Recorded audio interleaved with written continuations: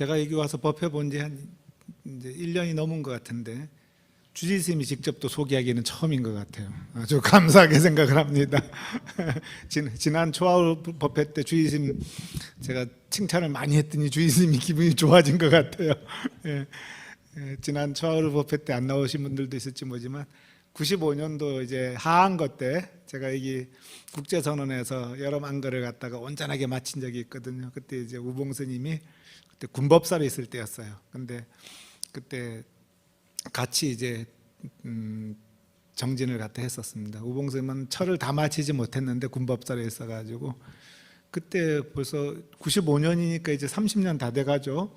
그 인연으로 이렇게 아마 우봉스님이 화계사 주지를 하는 것 같다 그랬더니 나는 한철 다 살았는데 왜 주지 인연이 안 되나 모르겠어요.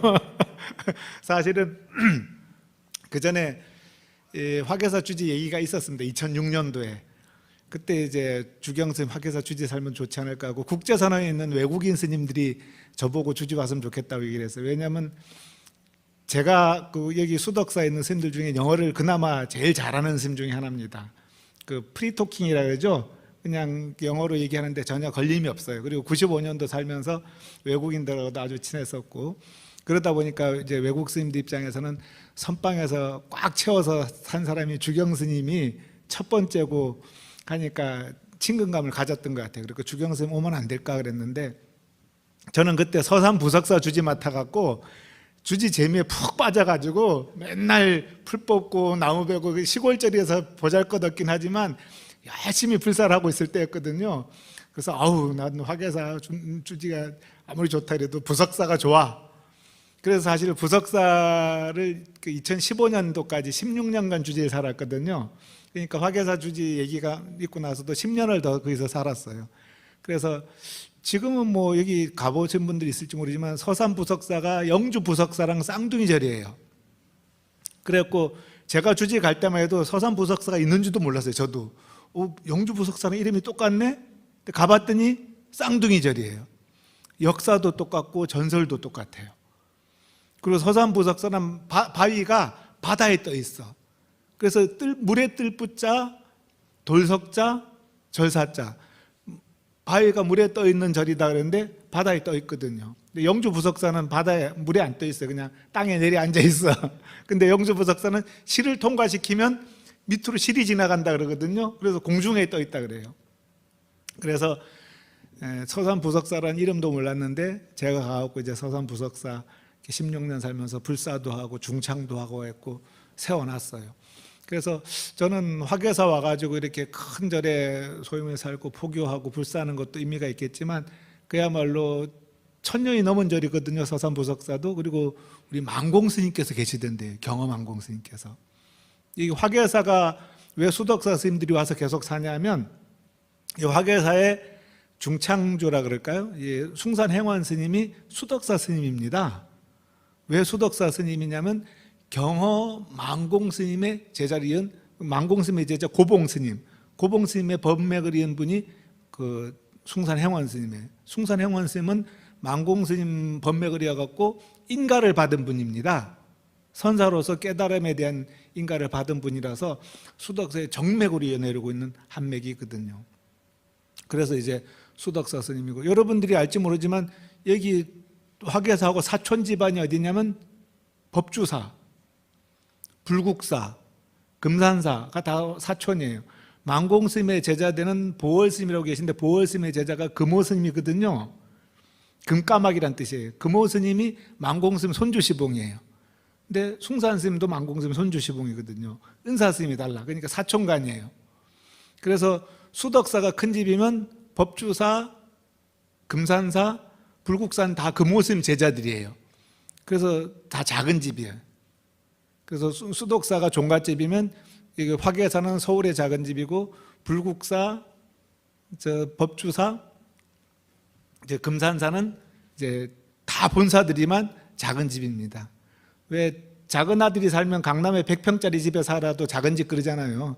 큰 아들이 살면 이제 강북에 10평짜리 집에 살아도 큰 집 그러듯이 그 절의 크기가 문제가 아니라 그 사람이 문제라서 그래서 수덕사는 그 만공스님의 직계 스님들이 살아서 종갓집이고 얘는 그 작은 집, 그다음에 그 금산사, 불국사, 법주사는 또 작은 집. 그 다음에 이제 월정사 같은 데 있잖아요. 월정사 같은 데는 하남 스님인데 경허 스님 제자예요. 그래서 만공 스님하고 사형제간이 돼서 좀 약간 먼 작은 집. 그리고 수원에 용주사 있죠. 용주사 전강 스님, 정담 스님도 정강 스님도 만공 스님 법상자예요. 그것도 역시 사촌. 그래서 이렇게 법으로 이어져 있는 게 많은데, 그래서 화계사가 수덕사 경허 만공 스님의 정맥을 이어왔고 그런 어떤 법맥을 이어오기 때문에 수덕사 스님들이 인연 있는 스님들이 와서 살고, 또 숭산 스님 같은 경우는 만공 스님의 법맥을 아주 제대로 이어갔고 전 세계 한국 불교를 퍼뜨린 분이거든요. 그래서 이제 우리 전법, 국제 전법에서는 숭산 스님 같은 분이 세상에 드물어요. 그래서 이제 열반하시기 전에는 달라이 라마, 그 다음에 틱나탄 스님, 숭산 행원 스님을 세계 3대 고승을 했거든요. 그래서 이제 그 스님 돌아가시고 나서는 얼마 전에 대만의 성원 큰 스님께서 열반하셨잖아요. 성원 스님들도 세계 5대 고승에 들어가는 그런 큰 스님이라 그랬고 세계적으로 역할을 많이 하셨죠. 그래서 큰 스님들께서 가진 특징이 뭐냐면 당신께서 윗대의 법을 이어온 법맥을 이은 법손이라는 거하고, 그 다음에 널리 전법을 하는 큰 포교를 하는 대원력가라는 게 뜻이 있습니다. 저는 성철 스님 계실 때 해인사에서 공부를 했거든요.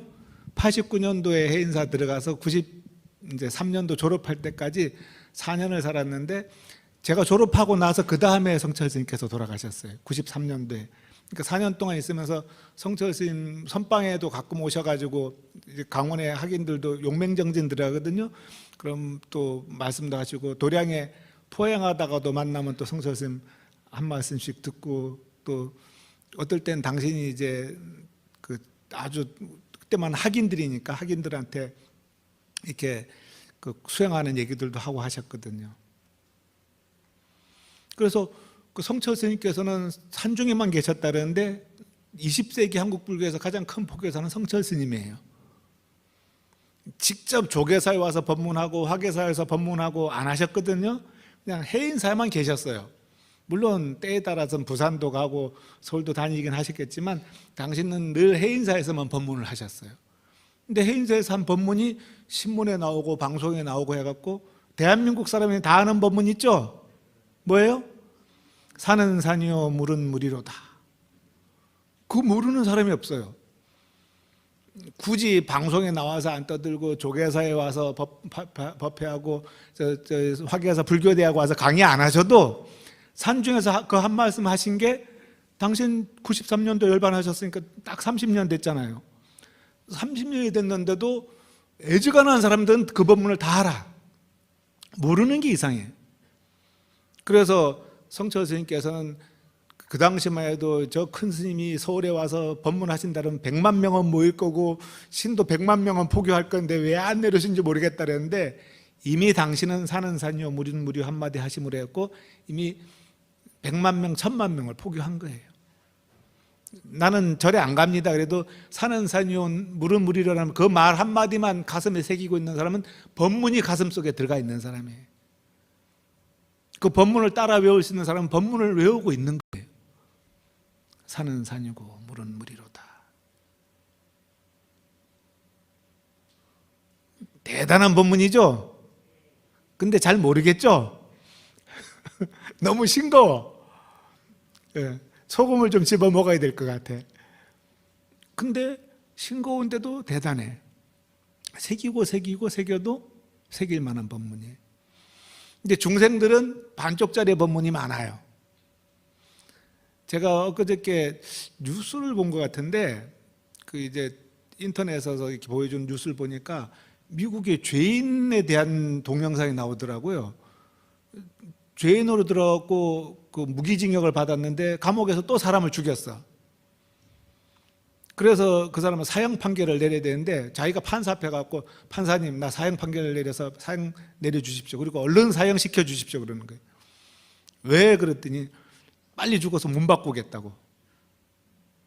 그 사형수가 윤회를 아는 거예요. 죄 지은 사람이. 그래서 판사가 사형 판결을 내리는데 네가 원해서 판결을 내린 게 아니라 너는 워낙 극악무도한 인간이라서 사형을 받아서 마땅하기 때문에 사형을 내리는 거다. 너희 원하는 바를 들어주는 게 아니다. 이렇게 조건을 걸어서 내렸거든요. 이 죄인은 사람으로 다시 태어날 수 있을까요? 지옥에 갈 거예요 아마.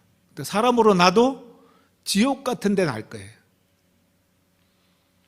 금생에 나는 뭐 부모도 잘 못 만나고 여러 가지 인연이 안 좋아서 나는 악인의 길로 갈 수밖에 없었고 악인이 됐다, 살인자가 됐다. 근데 다음 생에는 달라질 거다. 안 달라져요. 제가 두 번째 낸 책 제목이 혹시 아시는 분 있나요?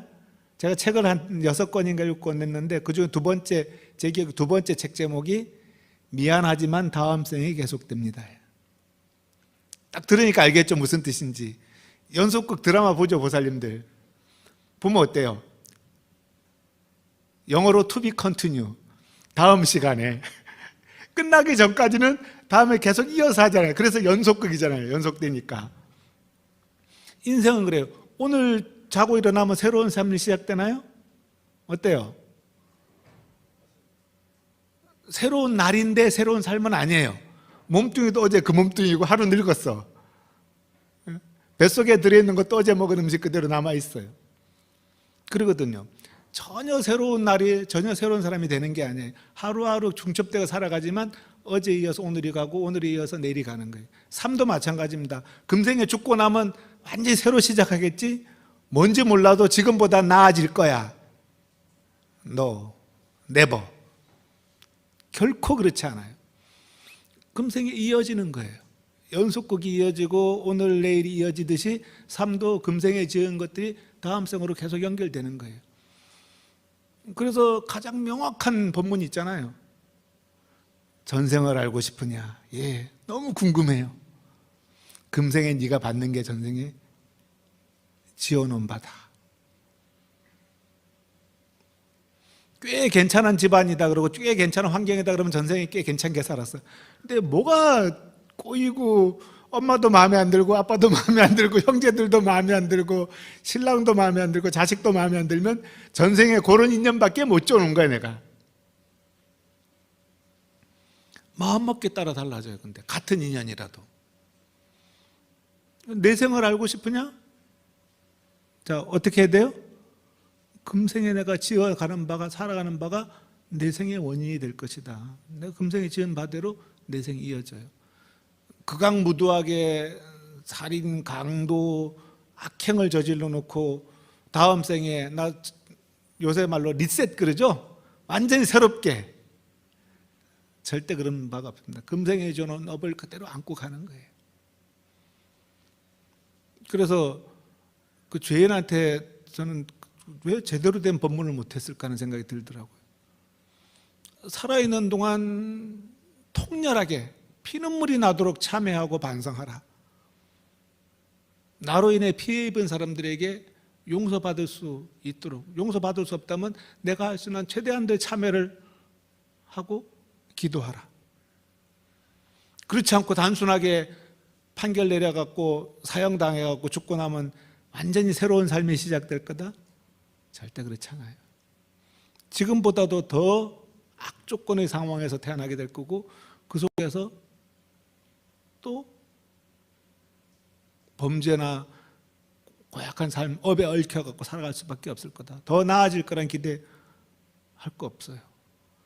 우리나라 세계 자살률 1위라 그러는데 자살하려고 하는 사람들에게도 제가 그런 거 해줄 거예요. 완전 리셋했고 새로 안 시작합니다. 금생에 했던 거 그대로 이어져요. 이게 왜 이렇게 나왔지? 나 죽었다 새로 살아났는데 내 지은 업은 소멸되지 않아요. 부처님께서 불가능하다고 한 것 중에 한 가지가 이거예요. 열애삼불능이 있거든요. 부처님이 3가지 불가능한 거 있는데 한 가지가 뭐가 있어요? 정해진 업은 멸하지 못해요. 설사 열애라 할지라도. 부처님은 전지전능하다고 하는데 전지하세요. 근데 전능하진 않아요. 모든 걸 다 아셔요. 정변지, 그 열애 시포 중에 있잖아요. 다 아시거든요. 근데 불가능한 게 있어. 뭐? 정해진 업은 멸하지 못해요. 인과의 원리는, 원칙은. 그걸 피해갈 수 있도록 그걸 갖다가 해소할 수 있도록 법문을 해주고 지혜를 빌려주는 일은 가능하지만 감당해야 돼요. 부처님은 물에 들어가면 안 젖어요? 불에 들어가면 안 탈까요? 육신이 있는 한에는 물에 들어가면 젖고 불에 들어가면 탑니다. 부처님이라 할지라도. 부처님도 굶으면 배고파요. 육신이 있기 때문에. 그건 뭐냐면 인간의 몸을 가지고 부처님이 대신 그 필연적인 상황이에요. 잠도 주무시고 경전에 나오잖아요. 잠도 주무시고 쉬시고 음식도 드시고 하시잖아요. 아무것도 안 드시고 하는 그런 게 아니거든요. 그렇듯이 서로 부처님이라 할지라도 정해진 업은 멸하지 못한다. 그게 이제 열애삼불능에 들어갑니다. 하물며 중생이 업을 피한다고 전혀 새롭게 시작할 거라고 생각하면 안 돼요. 이 세상이 어렵고 힘들더라도 내가 반드시 그걸 겪어내야 되고 더 나은 방향으로 나갈 수 있도록 한 뼘이라도 더 노력을 해야 되는 거예요. 그게 뭐예요? 그게 정진이고 기도고 수행입니다. 좀 더 나아지기 위한 노력들. 제가 동국대학교 불교대학을 가기 전에는 저 도선사 불교학생회 3년 또 동국대학교 불교대학 4년 청년회 그렇게 활동을 하면서 불교에 대해서 되게 많이 아는 사람이었거든요. 책도 많이 받고. 근데 불교대학에 가는 순간 더 많이 알아야 됐어요. 그리고 동국대학교 졸업하고 출가했고 스님이 되니까 연불도 잘해야 되고 불교에 대한 법문도 잘해야 되고 뭐 해야 될 게 너무 많은 거예요. 잘 못하잖아요. 스님이 되었고 왜 잘 못합니까? 아니 스님도 경력이 쌓여야지 실력이 늘어나는 거고 공부를 해야지 능력이 늘어나는 거지. 시간이 지나지 않고 노력하지 않으면요 스님이라 그래도 늘어날 수가 없어요. 여기 우리 절에 20년 30년 다닌 불자님들 계실 거예요. 그냥 오기만 해도 그냥 지혜가 막 늘어나고 복이 막 생기고 합니까? 백일기도도 하고 철야기도도 하고 성도제일날 와갖고 졸리고 힘들어도 앉아서 참선도 좀 해보고 초파할 때 등도 달고 저기 복지관이나 노인정 같은 데 가서 봉사도 좀 하고 그렇게 하면서 마음이 조금씩 넓어지는 거예요. 그게 뭐예요? 그게 수행입니다. 평생을 이렇게 살아가는 거예요. 그릇을 키워나가고 내 공덕을 쌓아나가는 노력이 없으면요 안 돼요. 7통에 담가놔도 까만 물이 안 들어 노력하지 않으면.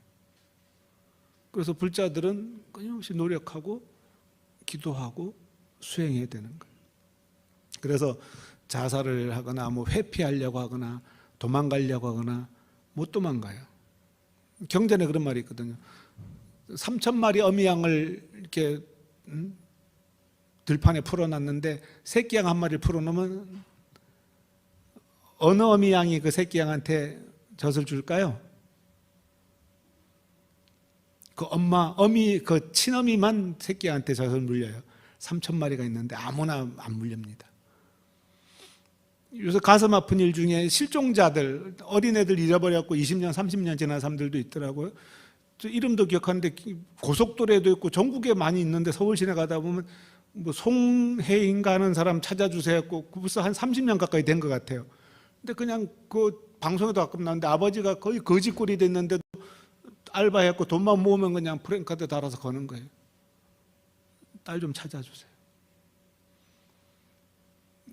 우리 생각 같았고 그냥 고원에서 그냥 하나 데려다가 내 딸이다 생각하고 키우면 그냥 되지 않겠어요?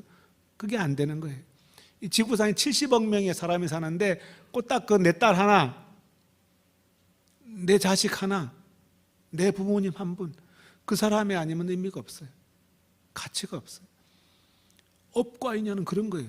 70억 명이 살아도 그 중에 단 하나만이 내 아들이고 내 딸이고 단 한 분만이 내 어머니고 내 아버지란 말이에요. 인간이 사람의 도리가 하물며 이런데 이 인과의 도리, 인연법은 우주의 도리예요.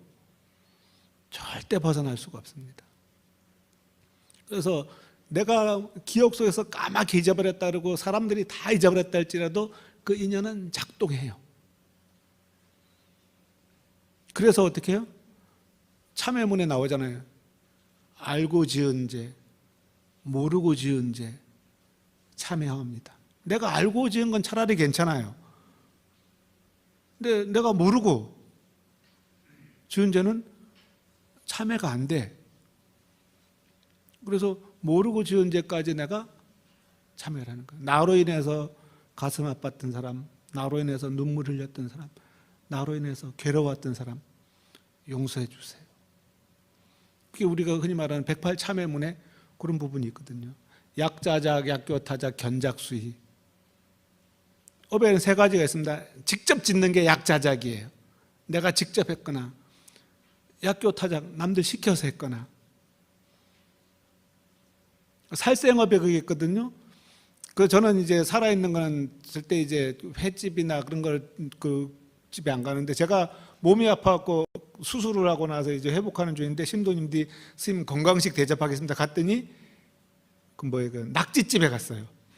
근데 물을 팔팔 끓이는데 그릇을 들고 왔는데 낙지가 꾸물꾸물해. 그 집어넣으려니까 수다 들고 나가세요. 내 몸 건강하자고 살아있는 게 뜨거운 물 끓는 물에 넣는 거 못 보겠다. 그래서 죽은 거 있으면 갖고 오세요 그랬더니 스님 살아있는 게 더 맛있는데요. 죽은 거 없으면 말고 그냥 무국이나 먹고 말 테니까. 그랬더니 어쨌든 죽어있는 걸 갖고 왔더라고요. 살아있는 걸 내가 죽여서 먹는 거는 내가 직접 안 넣더라도 나로 인해서 비롯된 거잖아요. 그래서 그건 시키는 것도 마찬가지거든. 저거 잡아주세요. 그 횟집 갖고 저거 한번 잡아주세요. 요거 잡아주세요. 저거 그렇게 해준 것도 손가락을 가리키고 내가 말로 하면 그게 교사라 그러는 거예요. 교사. 시켜서 하는 거거든요. 그래서 직접 살생을 하거나 남을 시켜서 하거나 아니면 내가 시키거나 직접 하지 않은데 남들이 하는 걸 보고 아이고 방송에 나오는 거 보고 아이고 맛있겠다 그냥 아이고 팔팔 잘 끓는다. 그것도 견작수예요. 보고 즐거워하고 기뻐하는 거. 안 좋아요. 근데 할 수 없이 그걸 겪게 되면 어떻게 돼요? 극락왕생하는 거예요. 그래서 로드킬이라 그래갖고 시골에는 가다 보면 고양이나 고란이나 짐승들이 차에 깔려서 죽거나 하는 거 많이 발견하거든요. 전 지나갈 때마다 극락왕생, 극락왕생, 극락왕생 거 3번씩 외워요. 그리고 스님은 목이 안 잡습니까? 이렇게 안 잡는데 가능한 쫓아내는데 지네가 있어도 전 잡아서 다 쫓아내거든요. 근데 어쩌다 보면 이렇게 하다 보면 죽었어요. 그거 내가 모르게 한 거거든요. 근데 나로 인해서 죽었으면 극락왕생하라 미안하다. 무슨 도움이 되느냐? 그게 기도가 되는 거고 정진이 되는 거고 내 마음속에 자비심과 연민심을 보호하는 거예요. 아유 잘 죽었다. 죽어서 마땅해. 그러면 내 속에 있는 자비심과 연민심이 점점 메말라가는 거예요. 그래서 냉정한 사람이 되는 거예요. 무자비란 말 있죠. 무자비한 사람이 되는 거예요. 왜? 자비심은 남들에게 혹독하게 하고 인색하게 하고 불쌍한 마음이 없어지는 순간 자비심이 소멸하는 거예요. 그래서 내가 다른 생명들의 어떤 죽음이나 고통이나 아픔이나 슬픔을 보면서 미안해하고 또 서로 이제 우리 속가 사는 사람들은 고기를 먹더라도 저는 그러거든요. 반드시 죽은 걸로 먹어라. 49제 지낼 때 가면 내가 49제 지낼 때 가족들한테 모아놓고 꼭 얘기를 해요. 49일 동안 3가지 지켜야 됩니다. 첫째, 살생금지. 고기 먹으면 안 되나요? 먹어도 돼. 파는 거 사다 드세요. 근데 저거 잡아주세요. 그건 먹지 말아요. 이거예요.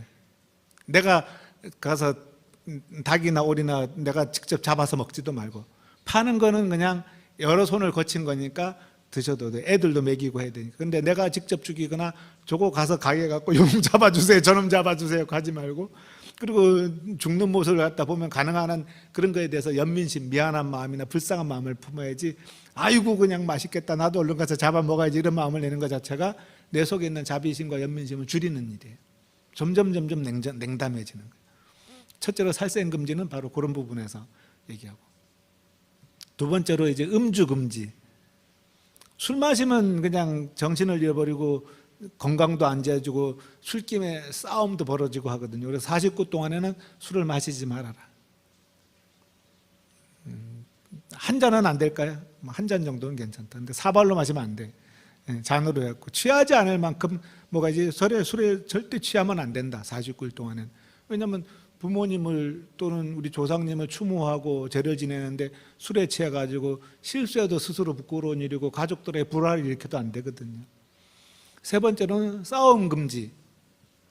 재산이나 장례 절차나 이런저런 것 때문에 시비가 많이 생겨요. 그래서 49일 동안은 싸울 것은 밀어놔라. 분노나 미운 마음은요, 시간이 지나가면 많이 가라앉아져요. 그리고 이제 그 시비의 원인을 보게 되면 그 시비를 지혜롭게 해결할 수가 있어요. 근데 시비가 일어났을 때 막 싸우고 옳고 그런 걸 가리려고 하면 안 돼요. 그래서 여기 있는 분들도 명심하세요. 49일 지내는 동안은 5개를 지켜야 되지만 3가지 정도. 살생 금지, 음주, 자제, 그다음에 시비 하지 말 것. 그 49일 동안 요거만 잘 지키면 49일 지내고 나서는 싸울 거 밀어서 싸우고 하면 싸움도 줄일 수 있고 그 조상님에 대한 도리를 잘할 수가 있어요. 그래서 여러분들도 저는 이제 그 육식을 하는 거나 뭐 생선을 먹거나 하더라도 항상 그 생명에 대한 미안한 마음 또는 감사한 마음, 이 연민과 자비의 마음을 갖다가 잃지 않도록 하는 게 중요한 거거든요. 그게 왜? 내 업으로 쌓이기 때문에 그래요. 나 건강하고 내 입맛 좋게 하려고 죽이고 죽는 걸 좋아하고 하면 안 되거든요. 그래서 업은 자작, 약자작, 약교타작, 견작수의 3가지가 있는 거예요. 그 3가지 업이 지금의 나의 삶을 만들고 나의 미래를 만드는 거란 말이에요. 그래서 우리 불자님들은 내 업의 작용과 원리에 대해서 잘 알아야 돼요.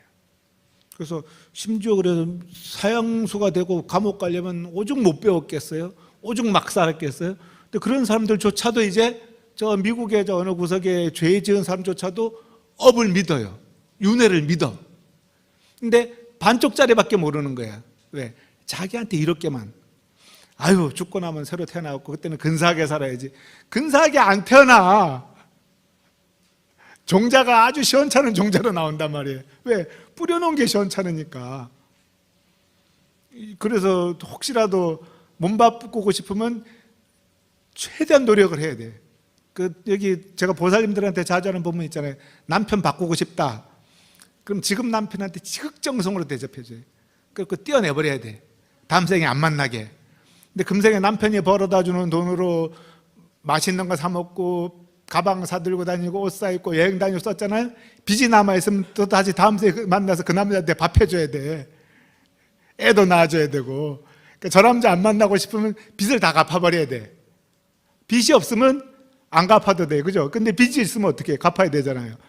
부부 인연이라는 건 서로 깊은 사랑이나 믿음이나 가지가지 인연인데 이렇게 빚지면 갚아야 돼. 그래서 다음 생에 이 남자 안 만나고 싶으면 지극정성으로 해서 부처님 모시듯 해놓으면 그 인연 그냥 정리하는 거예요. 다음 생에는 장동건 만날 수 있어. 원빈이나. 근데 장동건이나 원빈이 나 만나 줄려나? 장동건이 원빈이가 뭔 죄를 져서 나 만나서 결혼하겠어요. 내가 공덕이 있어야 될 거예요. 재벌집에 나거나 적어도 뭐 아나운서 정도로 했고 인물이나 능력이 탁월해야지 그런 사람 만나줄 거 아니에요? 그럼 뭐예요? 내가 금생에 공덕을 짓는 수밖에 없어요. 기도하고 보시하고.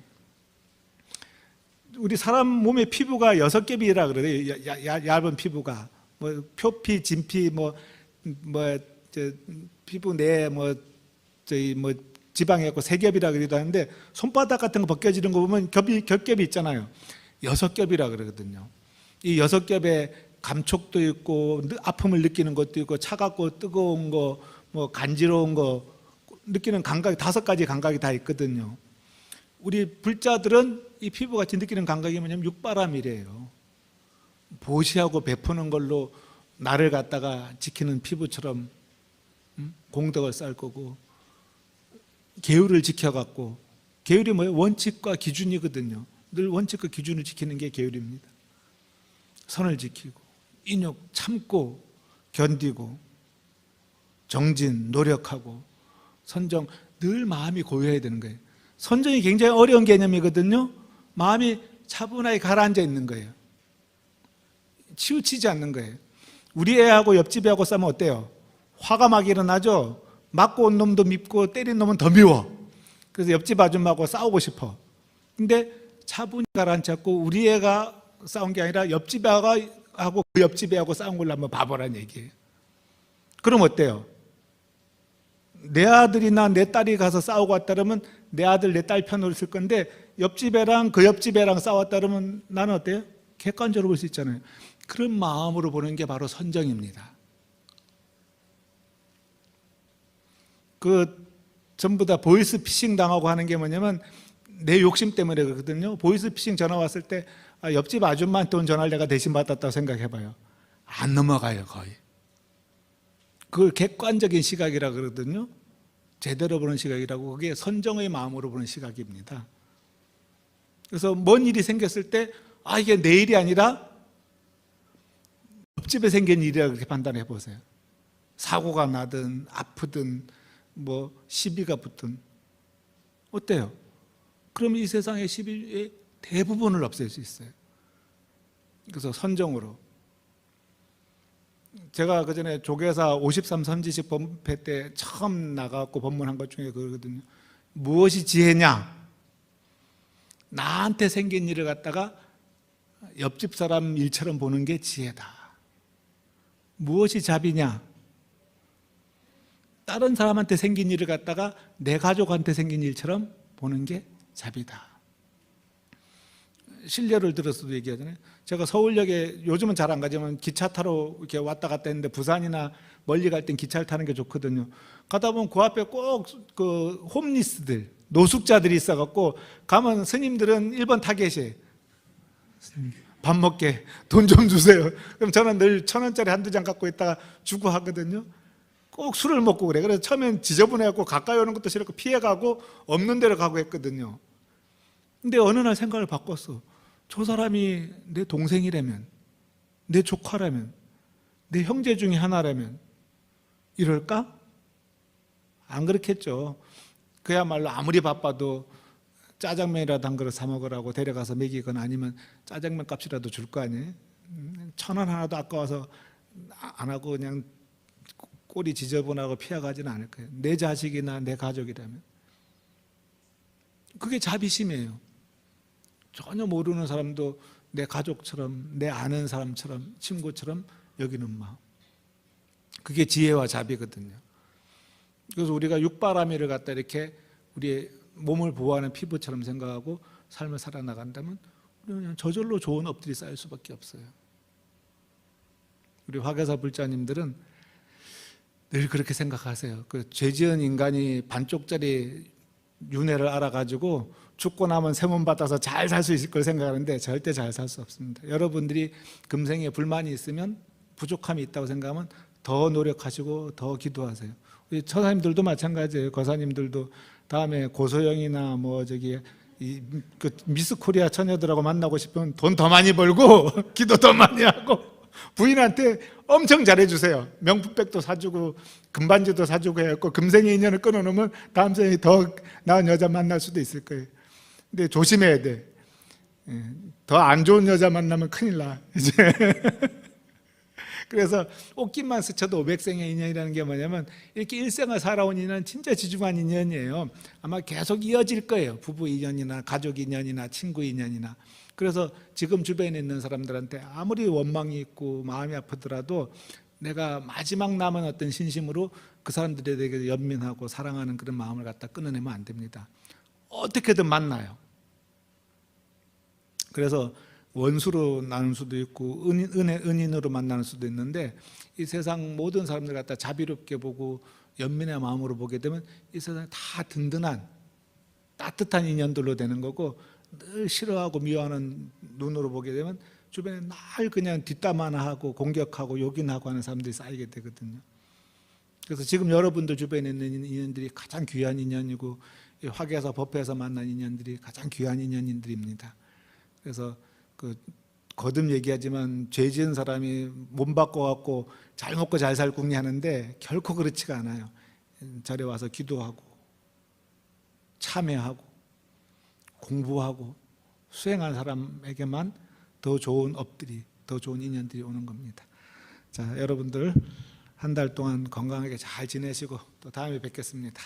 마치겠습니다.